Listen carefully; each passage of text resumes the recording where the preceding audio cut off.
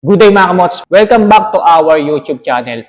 Nandito tayo ngayon sa bagong bukas na showroom po ni SYM Motors dito sa may 10 Ave Caloocan. Feature dito mga kamots na mga bago pong motor ngayong 2026.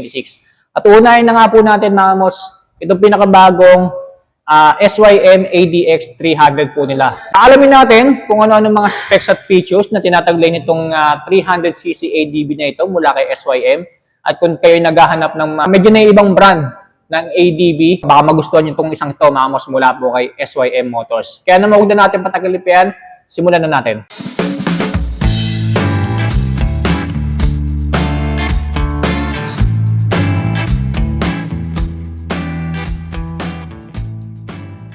Alright, so this is the all-new SYM ADX 300. Isang ADB scooter po na mula po kay SYM Motors. So, sayang nga lang, hindi pa siya naging expressway legal. Pero, if I'm not mistaken, merong ADX na 400 mga kamos, no? Na meron din si SYM na ADB scooter din. So, ito nga lang mga kamos is 300cc. Ayan. So, napakaganda rin ng itsura nito mga kamos, no? ADB na ADB din ng style. Tapos, sa kulay niya, napaka-premium kasi naka-metallic silver tayo dito na kulay. Ayan, itong binablog natin for today. And then, napakaganda. Napaka-very futuristic din ng itsura nito, mga kamos, lalong-lalo na sa pinaka-headlight niya.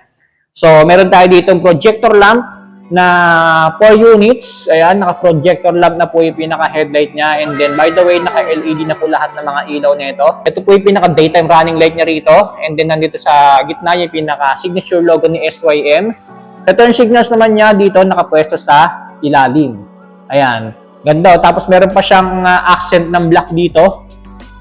Color black dito sa gitna na parang nagsisilbing beak niya o yung pinakatuka niya. Ganda. Angas. Gloss black. Tapos dito naman sa part na to, meron tayo ditong fairings na medyo may pagkarap ang design. Mag-spang siya. Color black. And then sa visor po niya, ang ganda oh. Laki. Tapos naka-tornilyo siya dito na 4. Naka-smoke visor tayo dito ha. And then medyo makapal-kapal din yung windshield na ginamit ni SYM dito. Naka-fix na siya mga kamos, hindi na siya ma-adjust. Ayan, naka-ganyan na talaga yung position niya.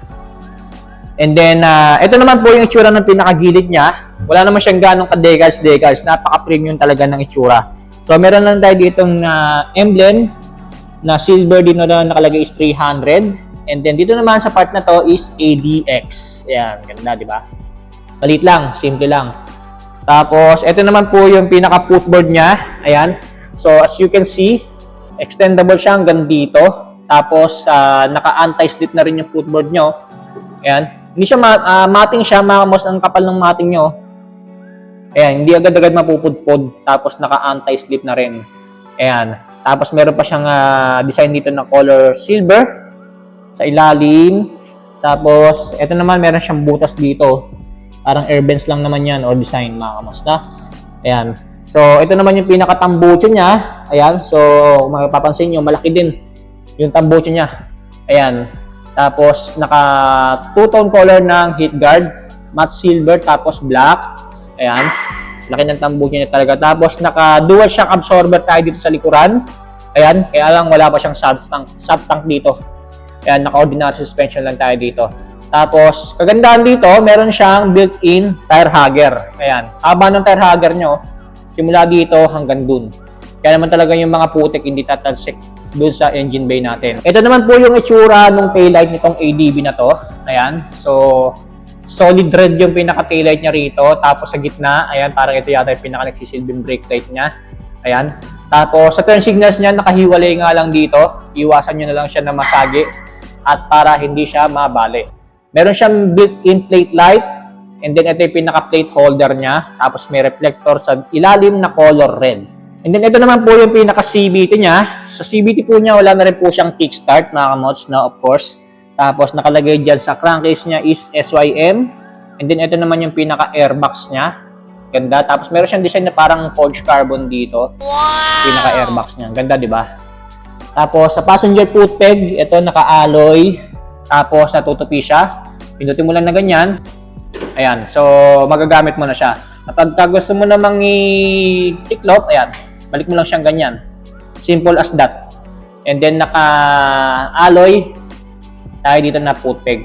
Tapos center stand and then side stand na meron na ring engine key switch sensor. Ayan, kapag binaba mo yan, kusa pong mamamatay yung engine itong motor na ito. Tapos sa radiator naman niya, ayun, sa likod nakalagay, sa ilalim. Ayan, medyo malaki yung radiator niya as you can see mga kamos, no?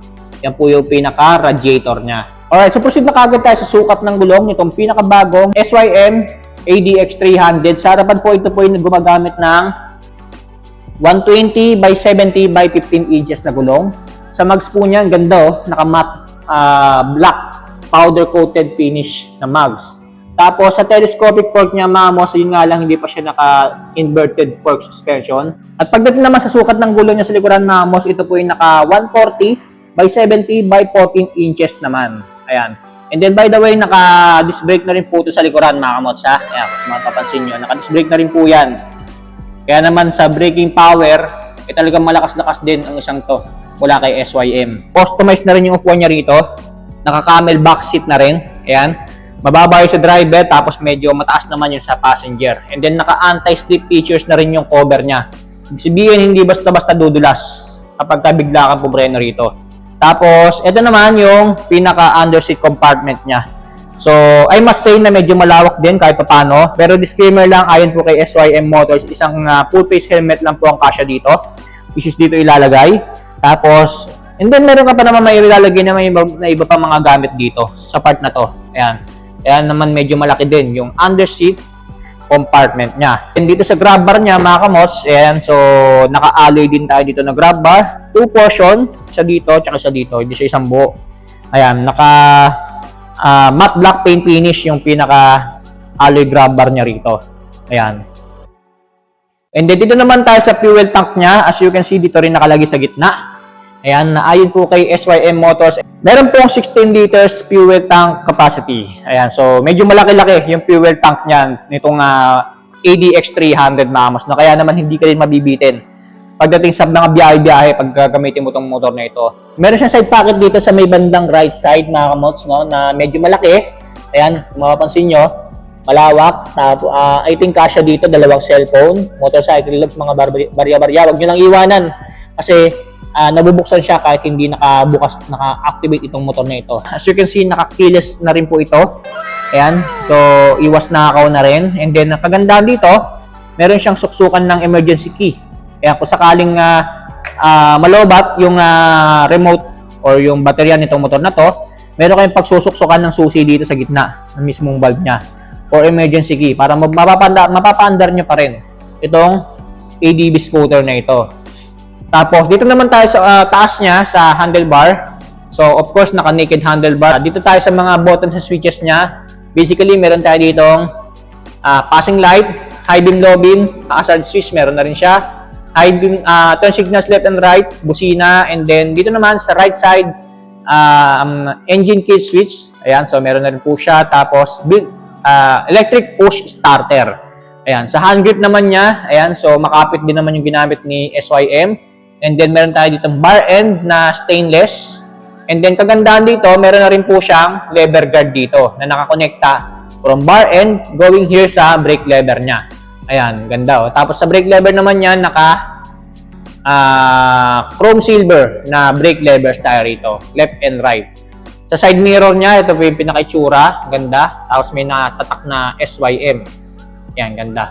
Tapos sa instrument panel naman po niya, mamos, ito, what we have here is a full TFT display na. So sayang nga lang hindi ko mapapakita sa inyo personally yung instrument panel niya kasi hindi pa ito naka-activate. Pero ito, pakita ko na lang sa inyo yung nakita ko sa internet na sample para lang may idea kayo kung ano itsura nitong instrument panel niya. Tapos meron siyang 2 pindutan dito sa magkabila.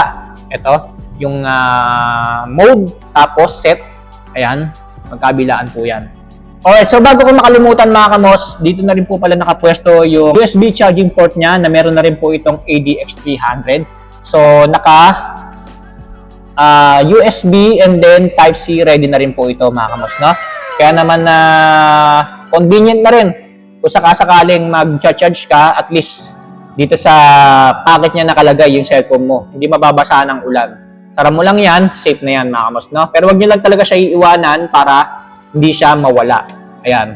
Okay, so yan po yung looks and appearance mga kamos, itong pinakabagong SYM ADX 300. Of course, alamin naman natin iba pa mga engine specs at features pa na tinatagay nitong ADB na ito mula po kay SYM Motors. This all-new ADB scooter from SYM has a 278.3cc engine displacement to be exact, 4-stroke single-cylinder naka-single overhead cam with 4 valves. It gives a total max power of 26 HP at 8,000 RPM with a total max torque of 26 Nm at 6,000 RPM. Sa kanya pong fuel system, ito po ay naka-electronic fuel injected na rin po, habang kanyang cooling system, ito naman ay naka-liquid cooled. For the starting system, pinapagana lamang po ito ng electric push starter. Habang sa kanyang ignition system naman po, ito po ay naka-keyless technology na rin po. At dahil naka-adventure type scooter, gumagamit po ito ng continuous variable transmission or CVT pagdating sa kanyang driving system. Sa kanyang suspension, sa harapan ito po ay naka-telescopic fork at naka-dual shock absorber naman po tayo rito pagdating sa likuran. For its braking system, of course, pares na pong equipped ng hydraulic disc ang preno nito,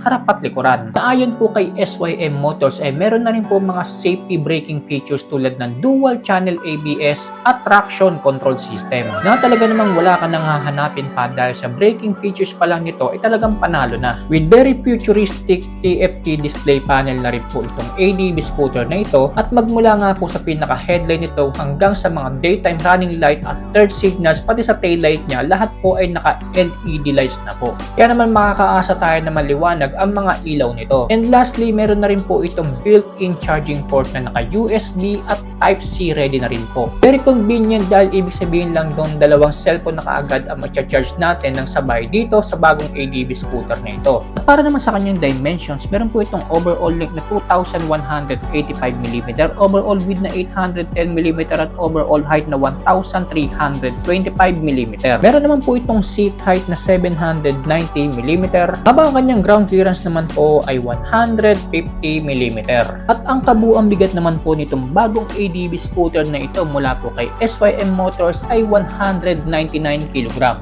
Yan ang engine specs at iba pang features nitong pinakabagong SYM ADX 300. Kaya naman alamin na natin ang cash price at installment price nito dito sa SYM Motors 10 Ave Caloocan as of July 2026. Okay, so proceed tayo sa cash price at installment price po dito. Pinakabagong SYM ADX 300. Magkano po ba ito dito sa SYM Motors 10 Ave Caloocan as of July 2026?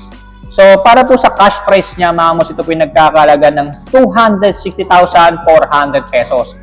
By the way, introductory price pa lang po yan, mga kamos. Ibig sabihin, pwede pa po yan mas bumaba kapag kumuha kayo dito ng motor dito sa SYM Motors 10 Ave Caloocan. So, pagdating naman sa installment, mga kamos, unfortunately sa ngayon, wala pa pong available na mga installment price sa mga motor nila dito sa bagong bukas na showroom nila dito sa 10 Ave Caloocan. Kasi bagong bukas pa lang din daw sila, mga kamos, no? And then, hindi pa talaga sila fully operational talaga kasi may mga ilang permit pa na hinihintay bago maging fully operational itong motor shop nila dito sa 10 Ave Caloocan. Abang-abang na lang tayo, mga kamos, maybe this month of July, maglalabas din sila ng advisory regarding sa mga installment na mga motor nila dito. So sa ngayon, mga kamos, by cash basis pa lang yan makukuha yung mga motor nila dito tulad nitong ADX 300 na ito. So yan po yung cash price niya. Yan, sa mga naghahanap at gustong bumili nitong pinakabagong SYM ADX 300, ayan, so kung gusto niyo naman maiba ng brand, so bisita lang kayo dito sa SYM 10 Ave Caloocan. And then sa mga malalayo pa, ito po yung Facebook page nila. Ayan, pakipollow nyo na lang para kung sakaling gusto nyo mag-inquire ng mga motor ni SYM, so direkta na kayo dyan, mga kamos. Yan po yung Facebook page nitong SYM 10 Ave Caloocan. So bago ko tapusin itong vlog na to, gusto ko magpasalamat kay Sir Joshua na nag-assist sa atin para i-vlog itong pinakabagong SYM ADX 300. Abangan niyo pa sa ating YouTube channel yung mga susunod na ipipicture natin mga motor ni SYM dito sa SYM 10 Ave Caloocan. So maraming salamat po sa inyong panonood. Stay safe, ride safe always.